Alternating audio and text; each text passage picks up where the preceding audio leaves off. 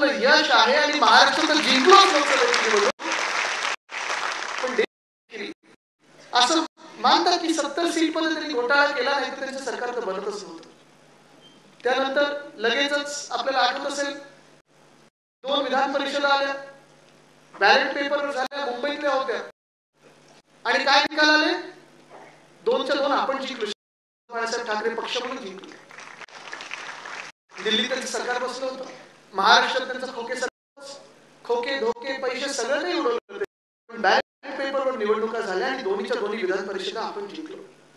तिथे देखील इंडिया आघाडीला यश आलं. कारण महाराष्ट्रभरात जे चित्र होतं विधान परिषदांच्या निवडणुकीचं, जे लोकांमधून निवडून येतात, आमदारांमधून नाही लोकांमधून येतात, मग ते शिक्षक मतदारसंघ असो पदवीधर मतदारसंघ असो, ह्या दोघांमधून आपण जिंकलो.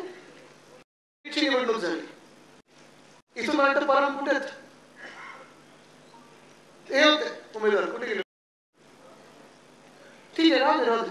पण त्या निवडणुकीत देखील आपण शिवसैनिक म्हणून एकटे लढलो आणि त्या निवडणुकीत देखील 10च्या 10 जागा आपण जिंकून आणल्या. हे आपलं यश आहे. 3 निवडणुका महत्वाची जिंकल्यानंतर विधानसभेत आपल्याला ठीक आहे 100% की आपण जिंकतोच आहे.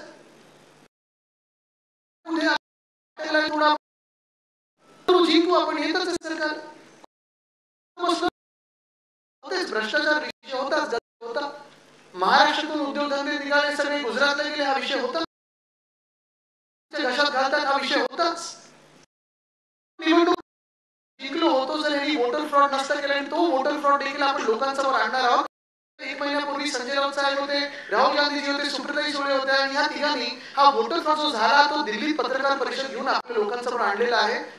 संजयजी हा आपल्याला पुन्हा एकदा लोकांसमोर इथे मुंबईत बसून, पुण्यात बसून, नागपूरला जाऊन, कोल्हापूरला जाऊन, सोलापूरला जाऊन, वसई विरारला जाऊन, पालघरला जाऊन तुमचं मत जे तुम्ही महाविकास आघाडीला दिलं होतं ते महायुतीला फिरवलं कसं?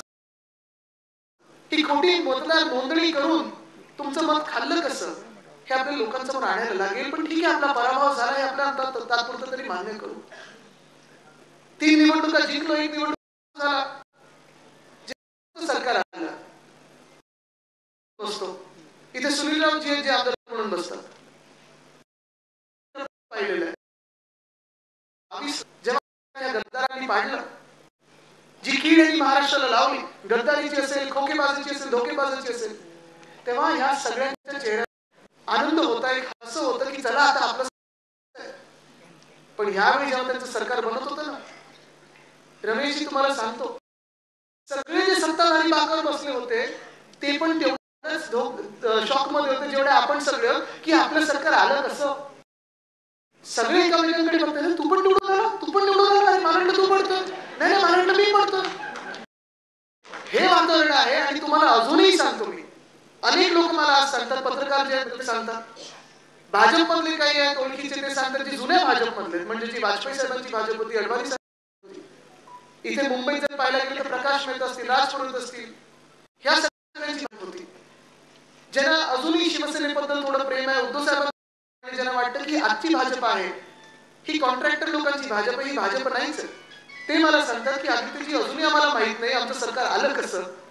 आणि मंत्रालयामध्ये तुम्ही गेलात तर वातावरण असे की ह्या सरकारला ऑलरेडी 5 वर्ष होऊन गेलेले आहेत, सगळं काही हळू चाललेलं. पण आज आपण विचार करायला पाहिजे की आपण इथे उपस्थित का राहिलेलं. मुंबईची अवस्था जी झालेली आहे, जे ध्येय आपलं आहे, मुंबई आपल्या हातातून जाता कामा नये. कारण आपल्या हातातून जर गेली तर ही मुंबई महाराष्ट्रातून तुटेल. आणि हे गुजरातच नाही, कारण घालणारच नाही, हे फक्त अदानीच्या घशात घालतील मुंबईला. तिथे आपल्याला लढणं गरजेचं आहे, तिथे आपल्याला जिंकणं गरजेचं आहे, तिथे आपल्याला जात पात धर्म तुम्हाला हे पक्ष विसरून पक्षाच्या मागे उभं राहणं आहे. कारण ही जर आपल्याला आपली ठेवायची असेल या महाराष्ट्राची असेल, लढणं आणि जिंकणं तर गरजेचं आहेच. डोळे उघडून काम करणं गरजेचं आहे. बूथ मॅनेजमेंट मला टली देसाई साहेब त्याच्यावर बोलणार आहे. पण ते होत असताना आता मी ज्या रस्त्यावर येत होतो मी तुम्हाला थोडी झलक देतो. मग तुम्ही ठरवायचं ह्या मुंबईसाठी लढायचं की नाही लढायचं. सुरुवात जर करायची झाली तर ह्याच महाकवी कालिदास नाट्यगृहाकडून करूया.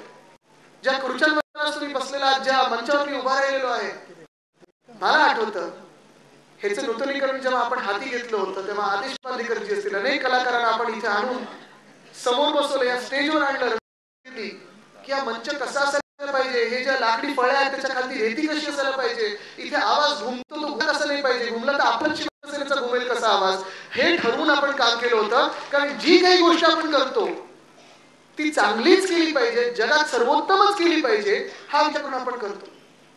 जसं हे आहे तसं शहाजीराजे क्रीडा संकुल आपण पलीकडे अंधेरीमध्ये केलेलं, अनेक गोष्टी या मुंबईमध्ये केलेल्या आहेत. आज जर तुम्ही मला मुंबईत कुठेही फिरवलं, मध्ये मी तो इंटरव्ह्यू केला होता गाडीतून फिरतो मी आणि तो एक व्यक्ती जो माझा इंटरव्ह्यू घेत होतो, आणि प्रत्येक गोष्ट मी बोट दाखवून सांगू शकतो. कारण राजकारणाला काय बोट दाखवायची सवयच असते. हे ह्यांनी केलं, हे त्यांनी केलं, तसं नाही. मी अभिमानाने सांगू शकतो, होय हे आमच्या शिवसेनेने केलंय, होय हे आमच्या शिवसेनेने केलंय, होय आमच्या शिवसेनेने केलंय. पण दुर्दैव आपलं एवढंच आहे. काल परवाकडे मी उद्धव साहेबांशीच गप्पा मारत होतो की अनेक गोष्टी आपण या महाराष्ट्रात केल्या, अनेक गोष्टी आपण सुरुवात केली आणि उद्घाटन कोणी भलतंच करा. म्हणजे आपण विचार करा, मुंबई पुणे एक्सप्रेसवे स्वप्न कोणाचं, विचार कोणाचा, भूमिपूजन, प्लॅनिंग, सुरुवात ती आपल्या काळात झाली. वंदनीय हिंदू सम्राट बाळासाहेब ठाकरेंनी अनेकदा सांगितलं होतं की सरळ रस्ता मुंबई ते पुणे आम्ही करू. तो केला आपण, सुरुवात झाली कामाला. मला आठवतं आपलं शिबिर असंच लोणावळ्यात होतं 2001-2002 साली. सरकार आपलं नुकतं केलेलं, आपण तेव्हा प्रयत्न करत होतो की आता नवीन कसं काय पुढे वाटचाल करायची. तेव्हा देखील आपण सगळ्या आमदारांना बसमध्ये बसवून त्याच रस्त्यावरून लोणावळ्याला घेऊन गेलो होतो. ती सुरुवात आपण केली, पण उद्घाटन केलं पुढच्या सरकारने. ही सीलिंग मुंबई बँड्रावरली सीलिंग जे झाले, खरं तर माझ्या आजोबांचं स्वप्न होतं की नरिमन पॉईंट पर्यंत त्याच वेळी पोहोचलं असतं जर आपलं सरकार असतं. मला वाटतं 97 साली की काही 99 साली त्याचं भूमिपूजन झालं. 55 फ्लायओव्हर सुलतान पूल जे आपण करत होतो, ही दोन्ही कामं आपल्याला सुरू केली, आपण मुंबईसाठी सुरू केली होती, मुंबईकरांसाठी सुरू केली होती.